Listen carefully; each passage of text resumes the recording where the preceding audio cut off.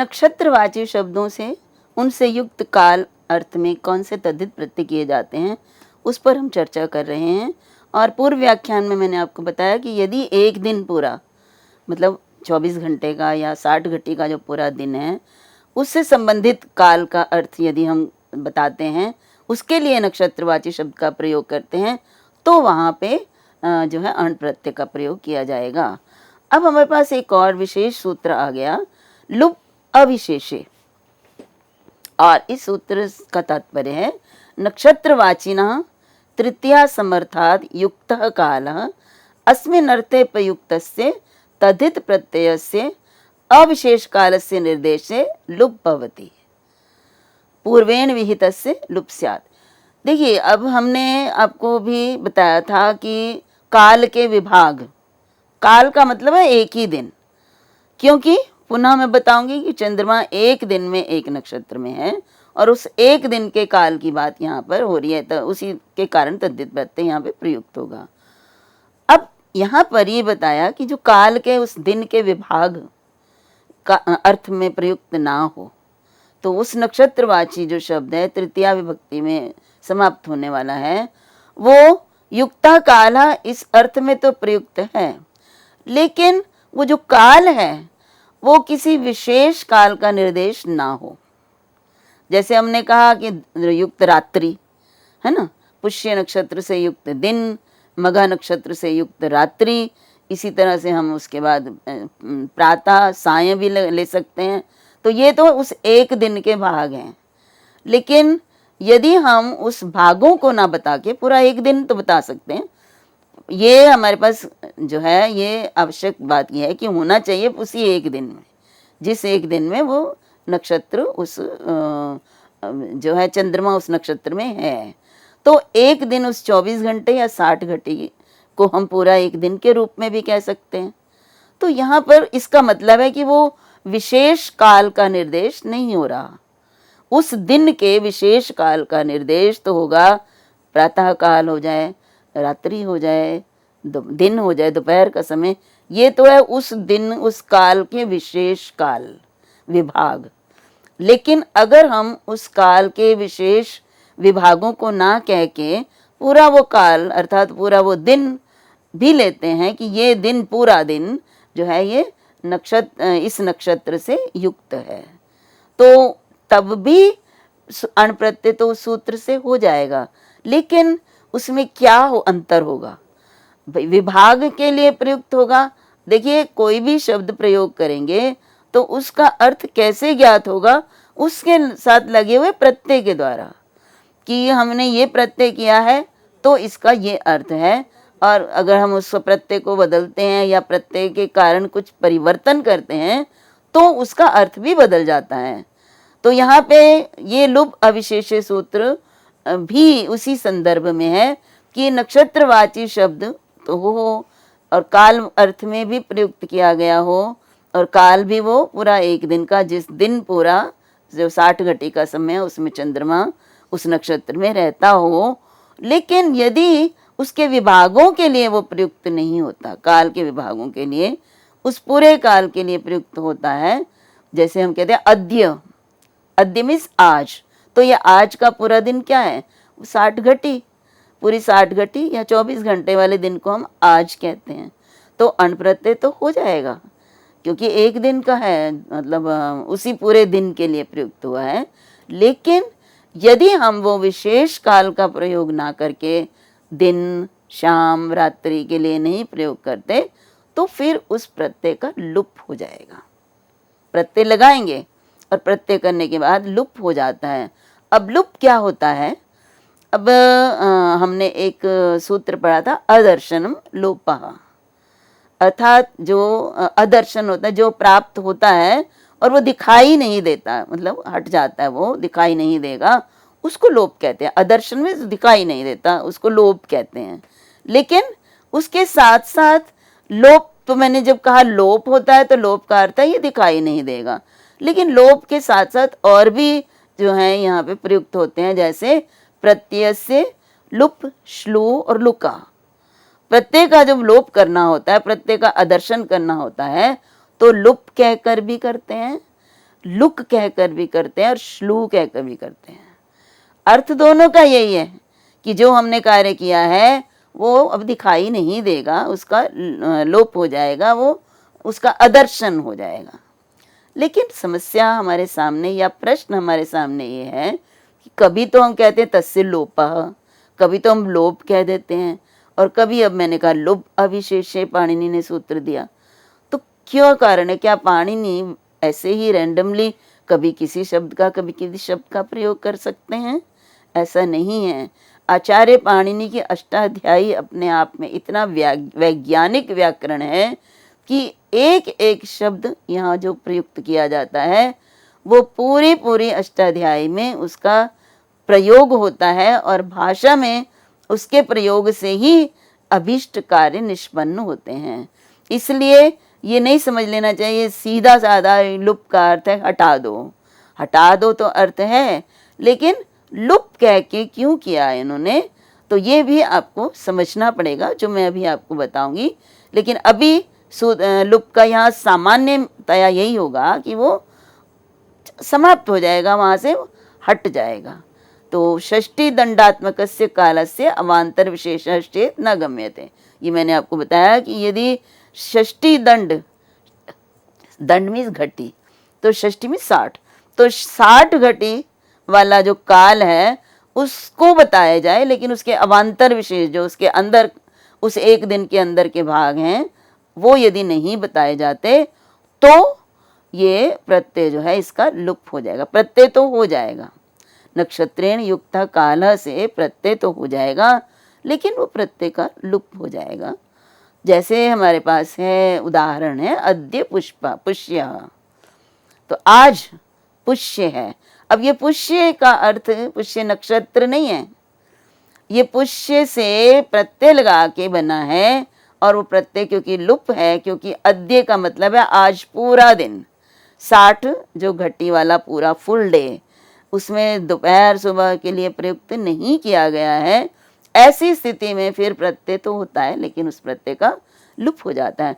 तो इसलिए पुष्य और पौषः दोनों का क्या अंतर है ये समझना भी अनिवार्य हो जाता है ना, कि पुष्या जो है पुष्य नक्षत्र से युक्त यदि पूरा दिन कहा गया है, अगर पूरे दिन के लिए कहा तो पुष्य आएगा, अगर वो किसी एक भाग के लिए प्रयुक्त है तो वो पौषः आएगा। अब पुष्य से अण प्रत्यय तो मैंने बताया अभी, नक्षत्रेण युक्त काल से अण प्रत्यय तो करेंगे, लेकिन अगर हम अण प्रत्यय का लोप नहीं करते हैं तो जैसे पहले बना पौष वैसे ही बनाएंगे। लेकिन क्योंकि ये अद्य के लिए प्रयुक्त हुआ है, ये भी ध्यान रखना, काल अर्थ में है लेकिन वो उस काल के विभाग के लिए प्रयुक्त ना होकर पूरे उस काल के लिए है। अद्य मीन्स पूरा, वो पूरा दिन, तो इसलिए यहाँ पे वो जो प्रत्यय है उसका लुप्त हो जाएगा, अण प्रत्यय का लुप्त हो जाएगा। अब हम आते हैं कि लुप्त से क्यों कहा, लोप क्यों नहीं कह दिया, लुक क्यों नहीं कह दिया, लुप ही क्यों कहा, तो लुपी युक्तवत व्यक्ति वचने। अब लुप कहने का तात्पर्य क्या है, क्या प्रयोजन है कि जब हम लुप कहते हैं तो जो शब्द है जिससे हमने प्रत्यय किए हैं वो जो शब्द है उसके जो लिंग और वचन वही विद्यमान रहते हैं। अभी मैंने आपको ये स्पष्ट किया था कि जब हम तद्धित प्रत्यय का प्रयोग कर लेते हैं तो उससे जो शब्द बनता है वो जिसके लिए प्रयुक्त होता है उसके विभक्ति वचन लिंग उसी के अनुसार होते हैं।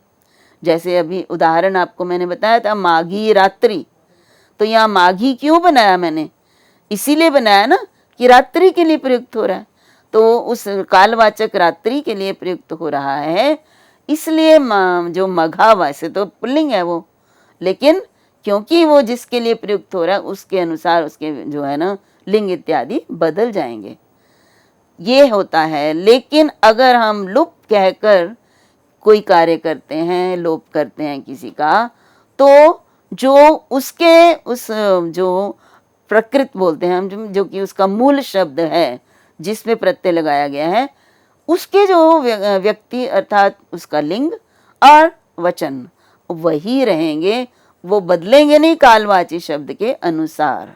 अभी मैं आपको उदाहरण से स्पष्ट करूंगी। जैसे हमने कहा कि उत्तरा नक्षत्र से युक्त काल, उत्तरा नक्षत्र से युक्त काल, तो उत्तरया युक्तः कालः, ये हमने कहा। तो उत्तरया युक्तः कालः, उत्तरया तृतीयांत है और उत्तरा शब्द स्त्रीलिंग में है। तो उत्तरा शब्द लता की तरह है और तृतीया एक वचन में उत्तरया बनता है। तो अब हमने क्योंकि यहाँ पे काला के लिए एक प्रयोग किया, काल मीन्स वो पूरा दिन, उसमें जो जिसमें उत्तरा नक्षत्र में चंद्रमा होता है, उस समय उस पूरे फुल डे को, पूरा 60 घटी को या 24 घंटे को उत्तरा नक्षत्र से युक्त काल कहने के लिए हमने उत्तरा टा से अण प्रत्यय तो कर लिया, क्योंकि युक्त काला इस अर्थ में प्रयुक्त हो रहा है, ये काल के लिए प्रयुक्त हो रहा है। वह काल जिसमें उत्तरा नक्षत्र होगा, वह पूरा दिन जिसमें उत्तरा नक्षत्र होगा। लेकिन यहाँ पर क्योंकि वो काल के उस दिन के विभागों के लिए ये नहीं प्रयुक्त हुआ है, पूरे दिन के लिए प्रयुक्त हो रहा है ये उत्तरा नक्षत्र, तो इसलिए इसका लुप हो गया। तो उत्तरा से जब मैंने अण किया तो लुप हो गया, तो उत्तरा का उत्तरा ही रह गया हमारे पास। अब मैंने आपको बताया कि जिसके लिए वो शब्द प्रयुक्त होता है उसी के अनुसार उसके लिंग वचन हो जाते हैं, क्योंकि विशेषण के रूप में बन गया ना, जिसके लिए प्रयोग हो रहा है उसका वो विशेषण हो गया, और जो उसमें विभक्ति वचन है या लिंग है उसी के अनुसार वो भी होंगे। तो यहाँ पे उत्तरा स्त्रीलिंग है, तो यदि हम क्योंकि हमने अण प्रत्यय करके उसका लुप किया है, तो ये तद्धित प्रत्यांत होने के कारण काला के अनुसार उत्तरा होना चाहिए था। काल कैसा? जिसमें उत्तर जो है नक्षत्र, उत्तरा नक्षत्र जिसमें हो, तो क्योंकि वो काल के लिए है तो इसलिए उत्तरा के स्थान पर उत्तरा होना चाहिए था। लेकिन लुप का प्रयोग करके, लोप में लोप का करते तो नहीं होता, लेकिन लुप कहकर आचार्य पाणिनि ने अण का लोप किया है, अण का अदर्शन किया है। तो इसलिए लुप का प्रयोजन ही यही है कि इसके जो मूल शब्द है उसके विभक्ति वचन नहीं बदलेंगे, उसका लिंग, उसका विभक्ति वचन अपना ही रहेगा, ना कि जिसके लिए वो शब्द प्रयोग किया गया वो। तो देखिए आचार्य पाणिनि ने कोई भी शब्द बिना किसी प्रयोजन के प्रयोग नहीं किया है। तो यहाँ लुप कहने से ही हमने जो हमें अर्थ, जो शुद्ध अर्थ प्राप्त हुआ है वो उत्तरा काला, ये अशुद्ध नहीं प्राप्त हो जाता यदि हम यहाँ पाणिनि लुप ना करते, और लुप का अर्थ भी हमें बताया है। तो इसलिए उत्तरा जो स्त्रीलिंग शब्द है वही प्रयुक्त होगा। काला यद्यपि पुल्लिंग है, लेकिन और यद्यपि उत्तरा इस काला के लिए प्रयुक्त है, लेकिन उसके विभक्ति वचन लुप के द्वारा उस प्रत्यय का अदर्शन कहा जाने के कारण वो जो है उसका बदलेगा नहीं, उत्तरा नहीं बनेगा। इस प्रकार से ये सूत्र मैंने आपके सामने रखा। अब इस सूत्र से संबंधित कुछ शंकाएं भी हैं भाषा में जो प्रयुक्त होती हैं, उनके लिए भी प्रश्न उठाए जाते हैं और उनका भी उत्तर जानना जरूरी है। जैसे पुष्य युक्ता पौर्णमासी पौषी, इसमें तो कोई जो है प्रश्न भी हो सकता है कि यहाँ पे पुष्य युक्ता पौर्णमासी में पौषी ये जो है इन्होंने प्रयोग किया है। तो ये पौषी जो है ये अशुद्ध होगा। ये प्रश्नकर्ता जो है उसके दृष्टि में जो ये सूत्र अभी हमने कहा है उसमें क्या है कि ये लुप होना चाहिए अण प्रत्यय का, लेकिन यहाँ पे पौषी जो बनाया है पुष्य से, ये अण प्रत्यय का लुप नहीं किया है। अब क्यों होना चाहिए अण प्रत्यय का लुप, ये भी समझना है। ये पुष्य नक्षत्र से युक्त पौर्णमासी, अब पौर्णमासी भी एक पूरा दिन होती है, तो ये भी कालवाचक है और एक 60 घटी के दिन के लिए प्रयुक्त हुआ है। तो यहाँ पर भी क्योंकि पुष्य युक्त पौर्णमासी, अब पौर्णमासी में भी काल विशेष नहीं है, पौर्णमासी भी फुल डे के लिए, जैसे अद्य पुष्य है इसी तरह पुष्य युक्त पौर्णमासी भी है। तो यहाँ पर भी तो लुप होना चाहिए था, और यदि लुप होता तो फिर यहाँ पुष्य होना चाहिए था, पुष्य पौषा नहीं बनना चाहिए था, पौष नहीं बनना चाहिए था। तो फिर क्या क्या कारण है? क्या पाणिनि ने यहाँ पे भूल की है या पाणिनि ने इनको छोड़ दिया है? ऐसा नहीं है। पाणिनि की दृष्टि में, पाणिनि के सूत्रों के अंतर्गत कोई भी कार्य ऐसा नहीं है जिन पर पाणिनि के सूत्र प्रयुक्त ना हो और जो है शुद्ध प्रयोग हो, और लेकिन पाणिनि के सूत्रों से वो ना होता हो, ऐसा तो हो ही नहीं सकता। तो अब क्या कारण है कि ये पौषी बनाया? पौषी कैसे बनता है? पुष्य से जो है अण प्रत्यय लगाएंगे, अण प्रत्यय लगाएंगे और ये पौष बन जाएगा जैसे पहले बनाया। और इसके स्त्रीलिंग में पौर्णमासी के लिए प्रयुक्त है, पौर्णमासी स्त्रीलिंग में, इसलिए पौष से पौषी बन जाएगा। वही टिड्डाण आदि जो सूत्र है उससे ङी प्रत्यय लगाने के बाद। अब जो प्रश्न तो वैसे का वैसा रह गया कि यहाँ प्रत्यय का लुप क्यों नहीं हुआ, क्योंकि किसी विशेष काल के लिए तो है नहीं है, पूरे दिन के लिए प्रयोग हो रहा है, पौर्णमासी पूरे दिन रहती है। तो उसके लिए देखिए एक सूत्र आपके सामने है, वो है विभाषा फाल्गुनी श्रवणा कार्तिकी चैत्रीभ्यः। ये आचार्य पाणिनि के अष्टाध्यायी के चतुर्थ अध्याय के दूसरे पाद का 23वां सूत्र है। इस सूत्र में देखिए पौर्णमासी के लिए ही है, पौर्णमासी ऊपर से आवृत्ति आएगी और उन्होंने कहा फाल्गुनी, फिर कार्तिकी और चैत्री। ये फाल्गुन नक्षत्र से फाल्गुनी बनाया, कार्तिक नक्षत्र से कार्तिकी बनाया, चैत्रा नक्षत्र से चैत्री बनाया है। तो ये बनाया है पूर्णमासी के लिए, ये शब्द प्रयुक्त हुए हैं और यहाँ पर उन्होंने लुप नहीं किया है। और हमारे लिए सबसे बड़े प्रमाण कौन है? आचार्य पाणिनि। और आचार्य पाणिनि ने पौर्णमासी के लिए इन नक्षत्रों का प्रयोग करते हुए इनके अण का लुप नहीं किया है। इसलिए इस प्रमाण से हम ये ज्ञापन इसको बोलते हैं, इस ज्ञापन से हम यहाँ पर ये समझते हैं कि यदि पौर्णमासी के लिए नक्षत्र का प्रयोग किया जाता है उससे युक्त अर्थ में काल में, तो वहाँ पर अण का लोप नहीं होगा। तो पौषी में इसीलिए अण प्रत्यय का लोप नहीं हुआ है। अब अगला सूत्र है दृष्टम साम। अब देखिए आचार्य पाणिनि की पद्धति, उनका जो है सूत्र रचना का जो उनकी विधि है, वो हम सब जानते हैं कि वो पूर्व सूत्र में यदि कोई शब्द है, कोई पद है और अगले सूत्र में आने वाले सूत्रों में उनका प्रयोग होता है, तो बार बार उनको वो नहीं लिखते हैं। उसको हमें स्वयं अपने आप से उनकी अनुवृत्ति करनी होती है, उनको हम लगाना पड़ता है कि कौन सा सूत्र में कौन सा शब्द यहाँ पे पूर्व सूत्र से आएगा। तो ऐसे ही ये सूत्र है दृष्टम साम, और इसका अर्थ है यहाँ पे हमारे पास दृष्टम साम अर्थ है कि इस अर्थ में देखिए हमने कहा ना नक्षत्रेण युक्ता काला, तो युक्ता काला तो मैंने कहा कि ये अर्थ है, लेकिन किस शब्द से आएगा वो? नक्षत्रेण, नक्षत्र के साथ आएगा क्योंकि तृतीयांत के साथ प्रत्यय लगने हैं। तो यहाँ पर तो सिर्फ वो दिया है कि किस अर्थ में प्रत्यय लगेगा। तो हमने पूर्व सूत्रों में जो है उससे हम यहाँ पे प्राप्त करेंगे कि येन साम दृष्टम, क्योंकि तृतीयांत से प्रत्यय होना है। देखिए नक्षत्रेण जो है वो जो पूर्व सूत्रों में कहा, तो नक्षत्रेण का मैंने आपको यही अर्थ बताया था कि यह तृतीयांत है, तो तृतीयांत जो भी होगा उसी से प्रत्यय होगा। तो यहाँ पर उस तृतीयांत का जो है येन का अनुवृत्ति स्वयं ही समझ लेनी चाहिए। तो यहाँ पे कहा कि जिससे दृष्टम साम, साम दृष्टम देखा गया। साम क्या होता है?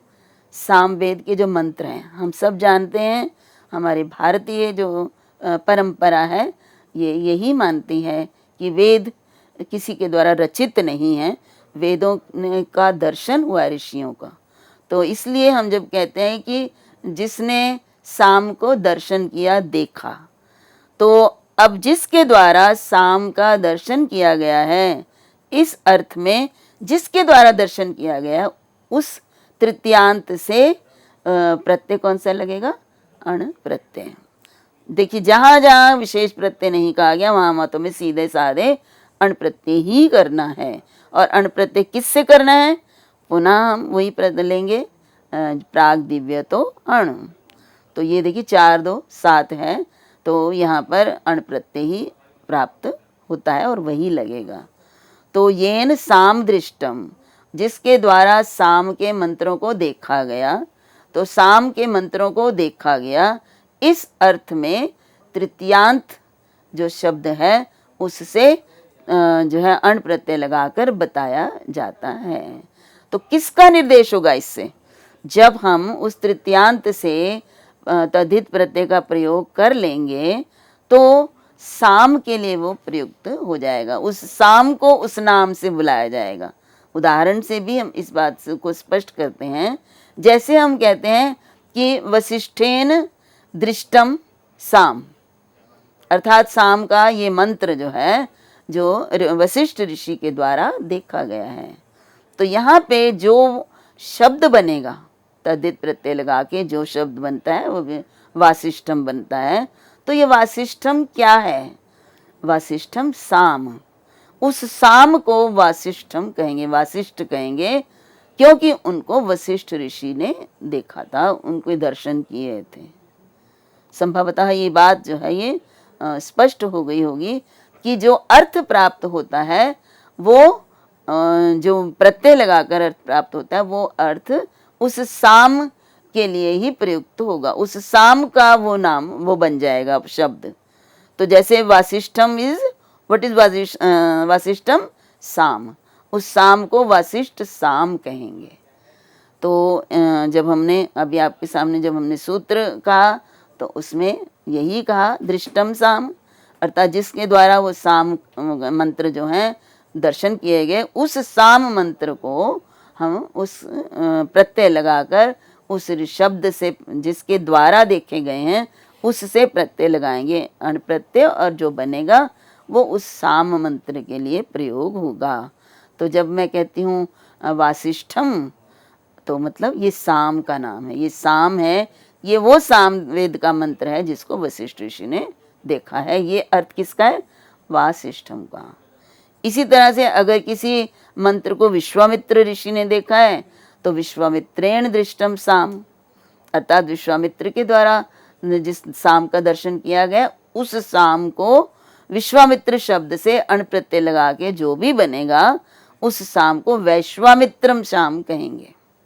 वैश्वामित्र बनाने में तो हम बार बार बना चुके हैं। विश्वामित्र में विश्व के ई को अण प्रत्यय परे होने से वृद्धि हो जाएगी, अई हो जाएगी, और फिर वैश्वामित्र बनेगा, और उसके आकार का यस्येति च से लोप करेंगे और फिर अण का अ मिलाएंगे तो वैश्वामित्र बनेगा। और फिर नपुंसक लिंग है, सामन शब्द नपुंसक लिंग है, सामन होता है और प्रथमा एकवचन में साम बनता है। तो इसमें नपुंसक लिंग होने के कारण वैश्वामित्र का प्रयोग भी नपुंसक लिंग में होगा और वैश्वामित्रम बनेगा। अब वैश्वामित्रम का अर्थ क्या है? साम, सामवेद का मंत्र, वो मंत्र जिसको विश्वामित्र ने देखा है। तो जो शब्द निष्पन्न होता है ये देखिए अन्य अर्थ में होता है। वैसे वशिष्ठ शब्द वशिष्ठ ऋषि के लिए प्रयुक्त होता है, इसी शब्द में अगर तद्धित प्रत्यय का प्रयोग हो गया तो इस शब्द का दूसरा अर्थ प्राप्त हो जाता है। ऐसे ही एक शब्द से अनेकों जो हैं अनेक शब्दों की जो निष्पत्ति होती है। ये संस्कृत व्याकरण की, संस्कृत भाषा की विशेषता है जिसका श्रेय पूर्ण रूप से आचार्य पाणिनि को ही जाता है। इसी तरह से कृंचेन दृष्टम शाम साम, वह साम जिसके दर्शन कृंच ने किए।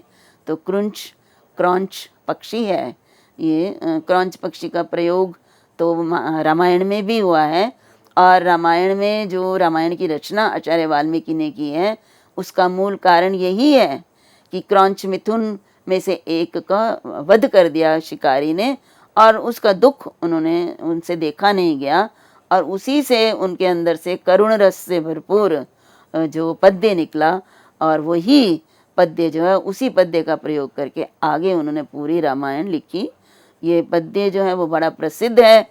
जब वो गिरा तो निषाद को, शिकारी को जो है वो किस तरह से दुख में कहते हैं, माँ निषाद प्रतिष्ठाम तुम अगमः शाश्वती समाः, यत् क्रौंच मिथुनाद एकम अवधि काम मोहितम, ये अनायास ही उनके मुख से ये पद्य निकला। और हम ये भी जानते हैं कि इससे पहले वैदिक छंदों का प्रयोग होता था, उसके बाद ये लौकिक छंद जो हैं अनुष्टुप छंद, इसका सबसे पहला जो ये पद्य है ये यही पद्य है, और पूरी की पूरी रामायण उन्होंने फिर इसी पद्य इसी छंद के अंदर लिखी थी।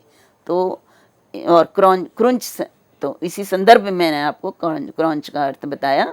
तो वह साम, तो क्रौंच साम को भी कहते हैं।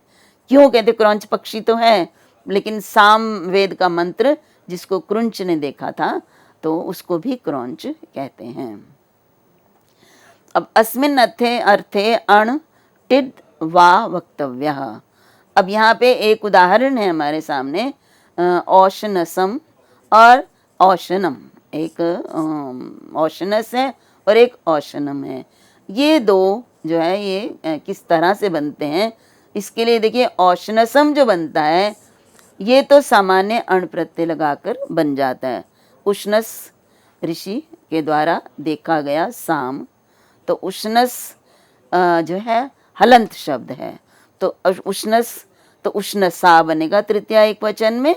तो उष्णस के द्वारा दृष्टम साम, तो इस अर्थ में उष्णस टा से अण प्रत्यय करेंगे और टा को तो लोप हो जाएगा, और दृष्टम साम अर्थ में अण प्रत्यय किया हमने, तो उष्णस और अ उष्णस और ऊ को वृद्धि हो जाएगी अण प्रत्यय परे होने पर, औष्णस बनेगा और अ मिला के औष्णसम बनेगा। इसमें तो कोई जो है किसी तरह की शंका नहीं है, परंतु भाषा में एक और शब्द औष्णम भी प्रयुक्त होता है। उष्णस के द्वारा देखा गया साम, इस अर्थ को बताने के लिए औष्णम प्रयोग भी होता है। औष्णम का अर्थ है वह साम जिसको उष्णस ने देखा था, दर्शन किए थे। तो फिर इसको भी तो स्पष्ट करना है कि ये कैसे बना। आचार्य पाणिनि ने जो सूत्र दिए हैं उनके अनुसार तो यही रूप औष्णसम ही बनेगा, लेकिन ये दूसरा रूप बनाने के लिए ये अशुद्ध तो हो नहीं सकता भाषा में।